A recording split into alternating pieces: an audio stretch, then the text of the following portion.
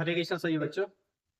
जो मैं आपको आज कराऊंगा वो एसएससी जीडी के प्रीवियस ईयर क्वेश्चन कराऊंगा, क्योंकि आपका जो हाल ही में भी एग्जाम आ रहा है वो आपका एसएससी जीडी का एग्जाम आ रहा है फरवरी में। ठीक है, लगभग शायद 4 या 5 फरवरी से आपके एसएससी जीडी के एग्जाम स्टार्ट है। तो उसी के मैं आपको एसएससी जीडी के ही आपको पेपर सोल्व करा रहा हूँ यहाँ पे। ठीक है, तो देखना फिर एसएससी जीडी का पहला क्वेश्चन पढ़ना बच्चों। क्वेश्चन, एक परीक्षा में उपस्थित होने वाले विद्यार्थियों की कुल संख्या में से 93% विद्यार्थी उत्तीर्ण हुए और 9,275 विद्यार्थी अनुत्तीर्ण रहे। परीक्षा में उपस्थित होने वाले विद्यार्थियों की कुल संख्या कितनी है? ठीक, क्वेश्चन पढ़ना दोबारा से ध्यान से और समझना क्वेश्चन में बोला क्या है और पूछा क्या है, फाइंड क्या करना है। क्वेश्चन में क्या दिया है कि एक परीक्षा है, उस परीक्षा में उपस्थित होने वाले विद्यार्थियों में से कुछ तो पास हुए और कुछ फेल हुए। ठीक है, कुछ बच्चे कोई एग्जाम देते हैं, अब एग्जाम देंगे उस एग्जाम में तो कुछ बच्चे पास होंगे कुछ फेल होंगे। तो पास और फेल का प्रतिशत दिया हुआ है क्वेश्चन। कोई एग्जाम हुआ और उस एग्जाम में जो बच्चे उपस्थित हुए हैं, अटेम्प्ट किया उस एग्जाम को, तो उसमें से कुछ बच्चे तो पास हुए और कुछ फेल। उन्होंने दिया है कि एक परीक्षा में उपस्थित होने वाले विद्यार्थियों की कुल संख्या में से 93% विद्यार्थी उत्तीर्ण हुए, मतलब पास हुए। 93% बच्चे तो पास हुए। अगर टोटल बच्चे 100% थे, टोटल बच्चे 100% थे, 100% बच्चों में से 93% बच्चे पास हो गए, तो फेल कितने हुए? 7% बच्चे पास फेल हुए हैं। देखो प्रतिशत में तो कितने आ रहे हैं फेल बच्चों की संख्या? 7%। और क्वेश्चन में कुल संख्या बच्चों की जो फेल हुए हैं उनकी संख्या कितनी दे रखी है? 9,275 विद्यार्थी अनुत्तीर्ण रहे। क्वेश्चन में क्या दिया है कि 9,275 विद्यार्थी परीक्षा में फेल हो गए हैं। तो 7% बराबर किसके दे रखे हैं इन्होंने? 9,275 के। जब 7% बराबर 9,275 के, तो 1% बराबर कितना आ जाएगा? ये इस 7 से हमने इस वाली संख्या को डिवाइड किया तो कितनी बार कटा? ये 7 एकम 7, 7 तिया 21 और 7 दूनी 14 और 7 पंजे 35। 1% बराबर कितना आया? 1325। और क्वेश्चन में क्या पूछा है कि कुल बच्चों की संख्या बताओ, टोटल बच्चे कितने उपस्थित हुए थे। तो कुल बच्चों की संख्या कितनी थी हमारी? पूरी 100%, 100% बच्चे आए थे। तो 1% बराबर 1325 के, तो 100% बराबर कितना हो जाएगा? दोनों साइड मैंने 100 से मल्टीप्लाई कर दिया। तो 100% बराबर कितना हो गए? 132500। यही आपका आंसर। टोटल बच्चों की संख्या कितनी है देखना किस ऑप्शन में है? 1,32,500, 1,32,500, ये ऑप्शन सी आपका आंसर। ठीक है बच्चों, समझा? समझना। चलो एक बार मैं और आपको समझा देता हूँ, एक बार वो रिपीट कर देता हूँ। क्वेश्चन में क्या बोल रहा है कि एक परीक्षा में उपस्थित होने वाले विद्यार्थियों की कुल संख्या में से 93% विद्यार्थी पास हुए, उत्तीर्ण हुए और 9,275 विद्यार्थी अनुत्तीर्ण रहे। अनुत्तीर्ण मतलब फेल हो गए। परीक्षा में उपस्थित होने वाले विद्यार्थियों की कुल संख्या कितनी है? परीक्षा में उपस्थित होने वाले विद्यार्थियों की कुल संख्या कितनी है? 100, सॉरी, उपस्थित होने वाले विद्यार्थियों की कुल संख्या कितनी है, ये इन्होंने पूछा है कि टोटल बच्चे परीक्षा में कितने उपस्थित हुए थे। तो मैं मान लेता हूं कि 100% बच्चे परीक्षा देना है। उस 100% में से 93% तो पास हो गया है और 7% फेल हो गए हैं। और फेल होने वाले बच्चों की संख्या दे रखी है क्वेश्चन में कितनी? 9,275। तो मैंने क्या किया है कि 7% बराबर 9,275 के, तो 1% इतने के 100% कितना है? 13,000, सॉरी 1,32,500। यही आपका आंसर ऑप्शन सी। ठीक है, देखना क्वेश्चन को, फिर नेक्स्ट पे चलते हैं।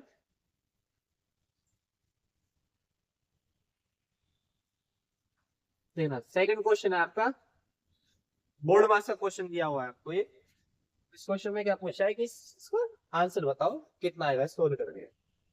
देखने से हम सोल्व करेंगे तो कैसे करेंगे? सबसे पहले जब भी हम सोल्व करते हैं, जब भी आपको तीनों ब्रैकेट एक साथ दे दी जाए, तो सबसे पहले हम कौन से ब्रैकेट सोल्व करते हैं? सबसे पहले ब्रैकेट सोल्व करते हैं ये होगा छोटा ब्रैकेट, फिर उसके बाद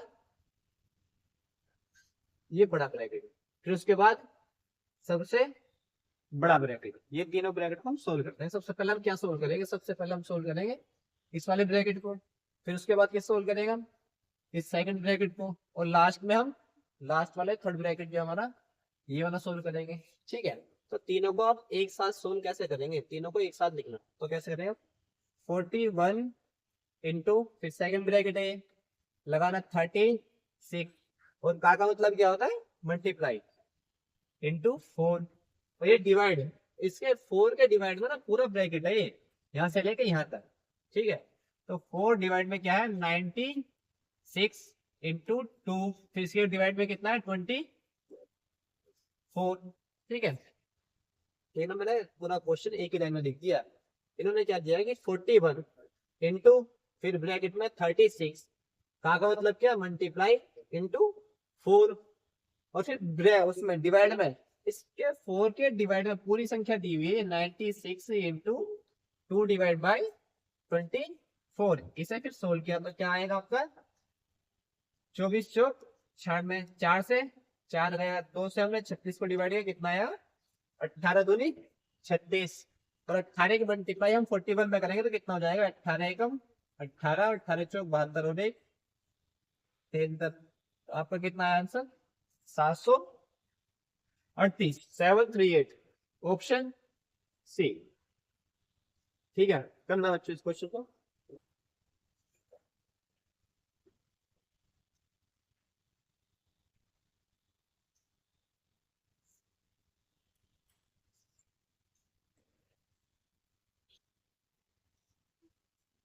देखना नेक्स्ट क्वेश्चन, किसी धनराशि पर 40 वर्षों तक प्राप्त साधारण ब्याज उस धनराशि का 2/5 है, वार्षिक ब्याज की दर कितनी है।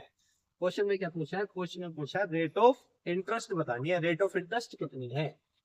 किसी धनराशि पर 40 वर्षों तक प्राप्त साधारण ब्याज उस धनराशि का 2/5 है, तो वार्षिक ब्याज की दर बताओ। तो रेट ऑफ इंटरेस्ट निकालने के लिए क्या करेंगे, रेट ऑफ इंटरेस्ट पूछे क्वेश्चन में कि रेट ऑफ इंटरेस्ट बताओ। जब भी बोले ना वो आपको चक्रवृद्धि ब्याज और साधारण ब्याज में, जब भी आपको फ्रैक्शन दे कि जो ब्याज जो है धनराशि का 2/5 है या 3/5 है या 6/7 है, तो आपको क्या करना है इस नीचे वाले संख्या को तो क्या मान लेना मूलधन, और ऊपर वाले संख्या क्या मान लेना आपको ब्याज। ठीक है, तो ब्याज मतलब सेम संख्या इस फ्रैक्शन को ऐसे लिखना है, आपको कुछ नहीं करना। जब भी आपसे रेट ऑफ इंटरेस्ट पूछे और इस टाइप का क्वेश्चन हो तो ये फ्रैक्शन को आप ऐसे लिखना, और प्रतिशत निकालने के लिए हम क्या करेंगे 100 से मल्टीप्लाई करेंगे, और जितने साल का बोला है ब्याज उतने से हम डिवाइड कर देंगे। कितने साल का बोला है 40 साल का, तो 40 से आप डिवाइड कर देना तो कितना आया 0 से 0 गया, 2 दूनी 4 और 5 दूनी 10, और 10 से 10 कटा, तो रेट ऑफ इंटरेस्ट कितना है आपका 1%, ऑप्शन ए आंसर। ठीक है, नीरज का स्क्रीनशॉट, फिर नेक्स्ट क्वेश्चन देखते हैं।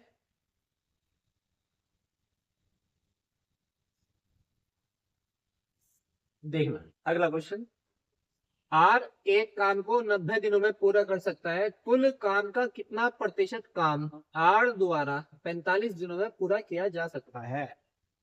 क्वेश्चन में बोला है कि आर कोई व्यक्ति है, वो व्यक्ति आज एक काम को 90 दिन में करता है, तो 45 दिन में वो कितना काम करेगा। तो नॉर्मल सी बात है, आपको डायरेक्ट डायरेक्ट दिख रहा है कि 90 दिन में पूरा करता है, तो आधे दिन में 90 का आधा ही तो हो गया 45, जब 90 दिन में वो पूरा काम करता है तो 45 दिन में कितना काम करेगा, वो आधा काम करेगा। ठीक है, क्वेश्चन में दिया है कि आर किसी काम को 90 दिन में करता है, तो आर के द्वारा 45 दिनों में कितना काम किया जा सकता है। तो 90 का आधा 45 हो गया ना, तो काम का भी आधा हो जाएगा, आधा काम करेगा, आधा काम मतलब 50% आपका आंसर। ठीक है,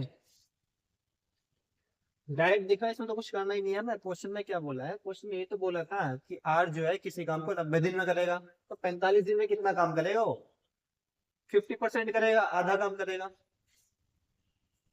देखना आप नेक्स्ट, एक विद्यार्थी ने एक परीक्षा में 75% अंक प्राप्त किए और उसे 60% अंक प्राप्त करने वाले दूसरे विद्यार्थी के अंक से 30 अंक अधिक प्राप्त हुए, परीक्षा के अधिकतम अंक कितने हैं। सुनिए कि किसी परीक्षा में इसी परीक्षा में एक विद्यार्थी ने 75% अंक प्राप्त किए। ठीक है, एक परीक्षा है कोई 100% की कोई परीक्षा, उस 100% में से एक छात्र ने कितने अंक प्राप्त किए? 75%। इसने कितने अंक प्राप्त किए? 75% अंक प्राप्त किए। और उसे 60% अंक प्राप्त करने वाले दूसरे छात्र के अंक से 30 अंक अधिक मिले हैं। जो कोई दूसरा छात्र है, उस दूसरे छात्र के कितने अंक आए? 60% अंक आए। दूसरे छात्र के कितने प्रतिशत अंक आए? 60% आए हैं। और इस वाले विद्यार्थी को, इस विद्यार्थी से कितने ज्यादा अंक मिले हैं? 30 अंक अधिक मिले हैं। तो आप देखना प्रतिशत में कितने अधिक मिले हैं। 75 मिले हैं और इसे 60 मिले हैं, तो कितने ज्यादा मिले हैं? इसे 15% ज्यादा अंक मिले हैं।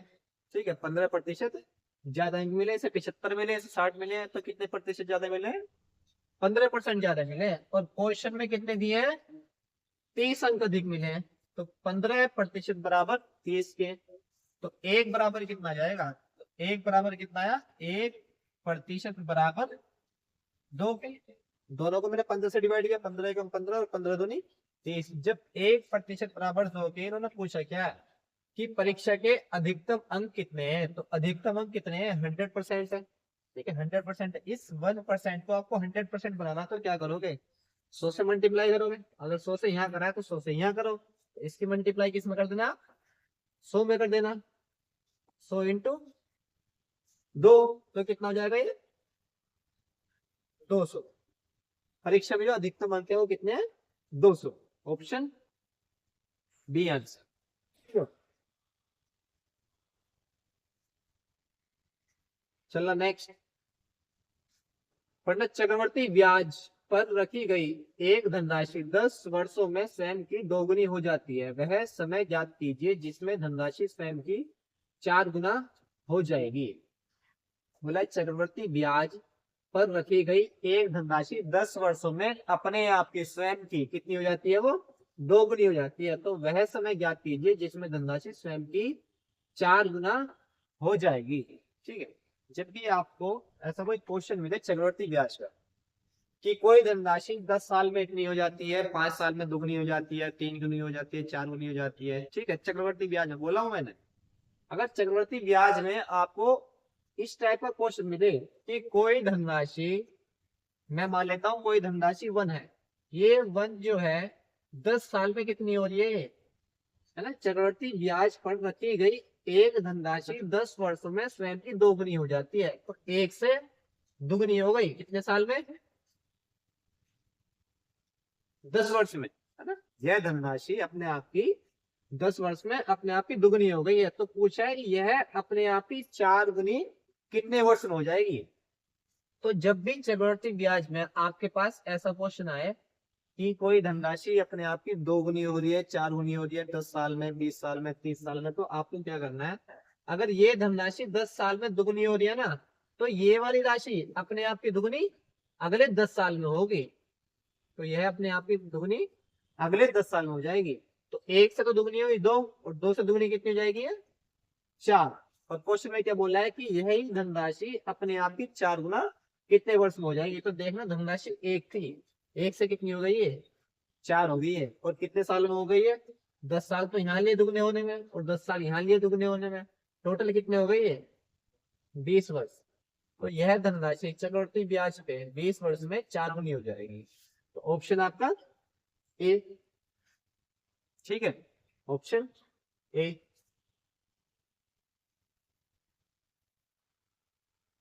ये रूल सिर्फ और सिर्फ आपको चक्रवर्ती ब्याज में लगाना है। ठीक है, ऐसा नहीं अगर आपको साधारण ब्याज में दे दिया कि कोई धनराशि 10 वर्षों में अपने आप की दुगनी हो जाती है, तो साधारण ब्याज बताओ भाई 4 गुनी कितने वर्ष में हो जाएगी?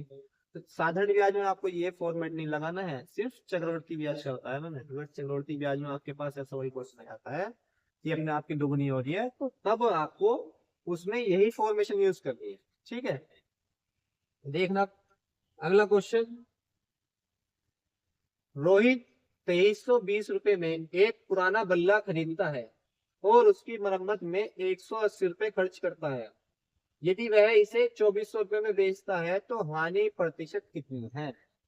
रोहित ने एक पुराना बल्ला खरीदा, कितने का? 2320 20 रुपए। जो बल्ला खरीदा है कितने में खरीदा है, कॉस्ट प्राइस जो है बल्ले का कितना है, 2320। 2320 रुपए में ये बल्ला खरीदा है, पुराना बल्ला खरीदा है। अब पुराना खरीदा है तो उसकी मरम्मत के लिए उसमें कुछ पैसे भी लगाने पड़ेंगे। तो उसने मरम्मत के लिए, जो उसने मरम्मत में, बल्ले की मरम्मत में पैसे लगाए हैं, वो कितने लगाए हैं, 180 रुपए मरम्मत में लगा दिया उसने। ठीक है, मरम्मत मतलब उसकी रिपेयरिंग में पैसे लगाए उसने 180 रुपए। तो टोटल जो खर्चे हुए उसके, टोटल जो खर्चा हुआ बल्ले के उस रिपेयरिंग में, उसे खरीदने में, उसकी जेब से जो टोटल पैसे लगे हैं एक बल्ले को परचेज करने में, कितने लगे हैं वो टोटल पैसे, 2320 रुपए तो उसे खरीदा है और 180 रुपए उसकी रिपेयरिंग में गए। तो टोटल कितने खर्चे हुए उसके बल्ले के ऊपर, 0 8 2 10 4 और 1 5। तो बल्ला जो उसे पड़ा है टोटल कितने पड़ा है, 2500 रुपए का पड़ा है। अब 2500 का तो उसने बल्ला खरीदा, और जब इसे बेच रहा है तो उसे बेच कितने में रहा है, उसका सेलिंग प्राइस कितना, 2400 रुपए। उसका सेलिंग प्राइस कितना है, 2400 रुपए। खरीदा तो उसने कितने में, 2500 में, और बेच कितने में दिया, और बेच कितने में दिया उसने उसे, 2400 में। तो कितने का लॉस हुआ उसे, उसे लॉस कितने का हुआ, 2400 में बेच दिया और 2500 खरीदा था, तो 100 रुपए का लॉस हुआ ना उसे। जो लॉस हुआ है, लॉस कितने का हुआ है, 2500 का तो उसने खरीदा, 2500 खरीद के उसने 2400 का बेच दिया, तो लॉस कितना हुआ उसे, 100 रुपए का लॉस हो गया। लेकिन क्वेश्चन में क्या पूछा है, लॉस प्रतिशत पूछा है, हानि प्रतिशत बताना है। तो हानि प्रतिशत बताने के लिए हम क्या करेंगे, जितनी हानि हुई है वो तो लिखना आप ऊपर, और नीचे लिखना आप कॉस्ट प्राइस कितना है, 2500, और इंटू 100, जीरो से जीरो में 2500, 100। तो हानि प्रतिशत कितना है, 4%। 4% की उसे हानि हुई है, ऑप्शन बी आंसर। देखा क्वेश्चन में बोला है कि रोहित ने एक बल्ला खरीदा, कितने का खरीदा है, 2320 रुपए खरीदा, और 2320 रुपए खरीदने के बाद उसकी रिपेयरिंग में 180 रुपए लगाए हैं। तो टोटल उसे बल्ला कितने का पड़ा है, 2500 का पड़ा है। 2500 का लेने के बाद जब उसने उसे बेचा है तो बेचा कितने में, 2400 बेचा है, तो 100 रुपए का उसे लॉस हो गया ना, 100 रुपए की हानि हो गई है। लेकिन क्वेश्चन में हानि नहीं पूछी है, क्वेश्चन में पूछा हानि प्रतिशत बताना है कि कितने प्रतिशत की हानि हुई है। जब हमें प्रतिशत निकालना होता है, हानि प्रतिशत निकालनी होती है, तो कैसे निकालते हैं, जितनी हानि हुई है उसे तो लिखते हैं ऊपर, और नीचे लिखते हैं टोटल उसका कॉस्ट प्राइस, उसकी लागत मूल्य 2500, और प्रतिशत निकालने के लिए हमेशा 100 से हम गुना करते हैं। इसे कैलकुलेट किया, कितना है आपका, 4% आया। ठीक है, 4% की हानि हुई है। अब देख लो नेक्स्ट, 7200 रुपए को पी क्यू आर के बीच में क्रमशः 1/2, /4/3/2 के अनुपात में बांटा जाता है। आर का हिस्सा कितना है, कोई धनराशि है टोटल कितनी, 7200 रुपए। इसे 3 लोगों में डिवाइड करना, किस किस में करना, पी क्यू आर, और किस किस रेशो में करना है, 1/2, 1/2, 4 और 3/2। इस रेशो में इनमें विभाजित करना तीनों में। देखना अनुपात में जब भी आपको फ्रैक्शन मिले तो फ्रैक्शन हमें खत्म करना होता है। यहाँ भी 2 है, यहाँ भी 2 है, यहाँ कुछ नहीं है, तो यहाँ से इन दोनों के नीचे से हमें क्या खत्म करना है, 2 खत्म करना है। तो 2 खत्म करने के लिए क्या करना, ऊपर दोनों में 2 से मल्टीप्लाई कर देना। यहाँ भी 2 से मल्टीप्लाई करी, यहाँ भी 2 से मल्टीप्लाई करी, यहाँ भी 2 से मल्टीप्लाई करी। जो भी हम काम करते हैं किसी भी एक अनुपात में नहीं करते। अगर मैंने यहाँ पे 2 से मल्टीप्लाई करी है तो तीनों में 2 से मल्टीप्लाई करनी पड़ेगी मुझे। अगर 3 से करता यहाँ पे तो तीनों में करनी पड़ती। अगर यहाँ से 2 घटाता तो तीनों में घटाना पड़ता। अगर यहाँ 2 से डिवाइड किया तो तीनों को 2 से डिवाइड करना पड़ता। मतलब जो भी काम करते हो आप मैथ में वो पूरी इक्वेशन में करना पड़ता है आपको। ठीक है, तो देखना यहाँ से 2 से 2 घटा, यहाँ से भी 2 से 2 घटा, तो यहाँ पे कितना है आपका, यहाँ पे आपका 1, अनुपात यहाँ कितना हो, 4 दूनी 8, अनुपात यहाँ कितना बचा आपका 3। तो पी को कितने मिलने चाहिए, 1 रुपया, क्यू को 8 रुपये, और आर को 3 रुपये।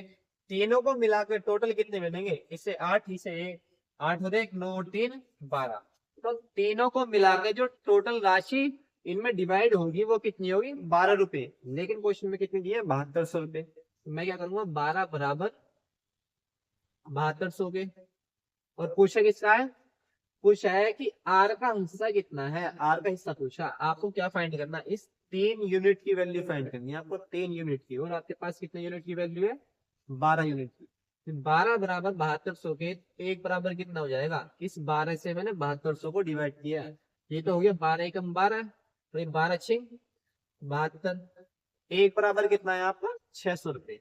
जब एक बराबर 600 के, तो 3 बराबर कितना हो जाएगा, 3 से मैंने दोनों साइड मल्टीप्लाई कर दी, 3 6 18। और 3 ही किसकी यूनिट थी, 3 थी आपकी आर की यूनिट, और आर का हिस्सा ही पूछा उन्होंने। तो 3 बराबर कितना है, 1800। आर को कितना मिला है, 7200 रुपए में से आर को मिला है 1800 रुपए। Option A answer. ठीक है, देखना समझना इस क्वेश्चन को, दोबारा एक बार रिपीट कर देता हूँ। क्वेश्चन में बोला है कि 7200 रुपए को पी क्यू आर तीनों में डिवाइड करना, और किस अनुपात में डिवाइड करना, 1/2 अनुपात 4 अनुपात 3/2 के अनुपात में बांटा जाता है। तो आर का हिस्सा कितना है, तो आर का हमें हिस्सा बताना है। तीनों का अनुपात दिया, तीनों का अनुपात लिखा हमने। अनुपात कभी भी फ्रैक्शन में नहीं होता है, अगर फ्रैक्शन में है तो आपको फ्रैक्शन खत्म करना होता है। और खत्म कैसे करना है, कि नीचे जो संख्या है, यहाँ भी 2 है, यहाँ भी 2 है, दोनों के नीचे 2 2 है। तो आपको अगर नीचे से 2 खत्म करना है तो क्या करना पड़ेगा, ऊपर 2 से मल्टीप्लाई कर दो। और मैथ में कुछ भी काम एक संख्या में नहीं होता, अगर आपने किसी एक संख्या में कराया तो पूरी इक्वेशन में आपको करना पड़ेगा। ठीक है, तो 2 से ही मैंने यहाँ मल्टीप्लाई करी, 2 से यहाँ किया, 2 से ही मैंने यहाँ की। यहाँ पे 2 से 2 कट गया, इसके नीचे कुछ है नहीं, तो यहाँ पे इसकी मल्टीप्लाई हो जाएगी इसमें। यहाँ भी 2 से 2 कटा, तो यहाँ कितना है 1, यहाँ पाया 8, यहाँ पाया 3। तो देखना तीनों को मिला के जो पैसे मिले कितने मिले, पी को मिले 1 रुपया, क्यू को मिला 8 रुपये, और आर को मिले 3 रुपये। और तीनों की टोटल राशि में देखूं तो तीनों को कितने मिले, 8 और 1 9 3 12, तीनों को मिलाकर 12 रुपए मिले। और क्वेश्चन में कितने दिए कि तीनों में 7200 रुपए बांटे यानी। तो 12 बराबर 7200 के, तो 1 बराबर 600 के, तो 3 बराबर कितना है, 3 6 1800। आर का हिस्सा कितना है, 1800। आपका आंसर ऑप्शन ए। ठीक है, अब नेक्स्ट देखना, दो रेलगाड़ियां समान चाल से विपरीत दिशा में चल रही हैं। यदि प्रत्येक रेलगाड़ी की लंबाई 320 मीटर है और वे 18 सेकंड में एक दूसरे को पार करती हैं, तो प्रत्येक रेलगाड़ी की चाल कितनी है। इन्होंने क्या बोला है कि दो रेलगाड़ियां समान चाल से चल रही हैं, दोनों रेलगाड़ियों की जो चाल है वो सेम है। बोला है समान चाल से चल रही है, और किस दिशा में चल रही है, विपरीत दिशा में। तो जब दो रेलगाड़ियां विपरीत दिशाओं में आती हैं तो हम क्या करते हैं, दोनों की चाल को प्लस कर देते हैं। मैंने माना एक की चाल अगर x है तो दूसरे की भी x हो जाएगी, और दोनों विपरीत दिशा में आ रही है तो दोनों की चाल हम ऐड करेंगे। दोनों की चाल मैंने ऐड कर दी है, और बराबर में प्रत्येक रेलगाड़ी की लंबाई कितनी है, 320 मीटर है। प्रत्येक रेलगाड़ी की लंबाई 320 मीटर है। अगर एक रेलगाड़ी की लंबाई 320 है, और जब दो रेलगाड़ियां आपस में एक दूसरे को क्रॉस करती हैं, तो हम क्या करते हैं, दूरी के स्थान पे दोनों की लंबाई को ऐड करके लिखते हैं। इसकी लंबाई कितनी है, 320, और दूसरे की भी कितनी है 320। पर कितना हो जाएगा, 320 और 320 700, सॉरी 640। 320 कितना हो गया, 640। ठीक है, और कितने सेकंड में पार कर जाती है, 18 सेकंड में पार कर जाती है। तो डिवाइड बाय 18। ये देखना मीटर, ये सेकंड, क्वेश्चन में दिया ना 320 मीटर 18 सेकंड, तो ये क्या मीटर में और ये सेकंड में। और आपकी जो चाल आएगी वो मीटर प्रति सेकंड में आएगी। लेकिन ऑप्शन देखना, ऑप्शन किलोमीटर प्रति घंटा, किलोमीटर प्रति घंटा, किलोमीटर प्रति घंटा, है ना। ऑप्शन देना है किलोमीटर प्रति घंटा। तो अगर आपकी स्पीड मीटर प्रति सेकंड में है और आपको किलोमीटर प्रति घंटा पे जाना है, तो आप क्या करोगे, 18/5 से मल्टीप्लाई कर देना। 18 से 18 घटा, और 5 से 640 को काटेंगे, कितना आएगा, x और x कितना हो जाएगा, ये 2x। और 5 से 640 को काटोगे आप, 5 1 5, 5 दूनी 10, और 5 8 40। अब 128 को अगर 2 से डिवाइड करूंगा कितना आएगा, ये 2 छिक्के 12, 2 चौक 8, 64 किलोमीटर प्रति घंटा आंसर। ठीक है, option D, option D answer. ठीक है, क्वेश्चन में बोला था कि दो रेलगाड़ियां समान चाल से चल रही हैं, अगर एक की चाल x है तो दूसरी की भी चाल x हो जाएगी, समान चाल से विपरीत दिशा में चल रही है। यदि प्रत्येक रेलगाड़ी की लंबाई, प्रत्येक मतलब दोनों रेलगाड़ियों की लंबाई कितनी है, 320 320, यदि प्रत्येक रेलगाड़ी की लंबाई 320 मीटर है और वे 18 सेकंड में एक दूसरे को पार कर जाती हैं। ठीक है, ऐसा है क्वेश्चन कि एक ट्रेन तो इधर से आ रही है और दूसरी ट्रेन इधर से आ रही है, दोनों आमने सामने आ रही है, इसकी लंबाई भी कितनी है, 380 मीटर, सॉरी 320 मीटर, और इसकी लंबाई भी कितनी है, 320 मीटर, और दोनों की चाल समान है। दोनों की चाल क्या है, समान चाल से चल रही है, इसकी चाल भी x है और इसकी चाल भी x है। जब दो रेलगाड़ियां आपस में विपरीत दिशाओं में एक दूसरे को क्रॉस करती हैं तो आप क्या करते हो, दोनों की चाल को तो ऐड करते हो और दोनों की लंबाई को ऐड करके लिखते हो दूरी के स्थान पे, और अपोन में इनका टाइम के कितने समय में पार कर जाती हैं, 18 सेकंड में। इसे कैलकुलेट किया मैंने, कैलकुलेट करके कितना है, x बराबर 64 किलोमीटर प्रति घंटा चाल पूछी थी। तो प्रत्येक रेलगाड़ी की चाल बताओ, प्रत्येक मतलब दोनों रेलगाड़ियों की चाल बताओ कितनी है, तो कितनी है, 64 किलोमीटर प्रति घंटा। एक की अगर 64 है तो दूसरी की भी 64 होगी, क्वेश्चन में बोला है कि दोनों की समान चाल है। ठीक है, देखो इस क्वेश्चन को फिर।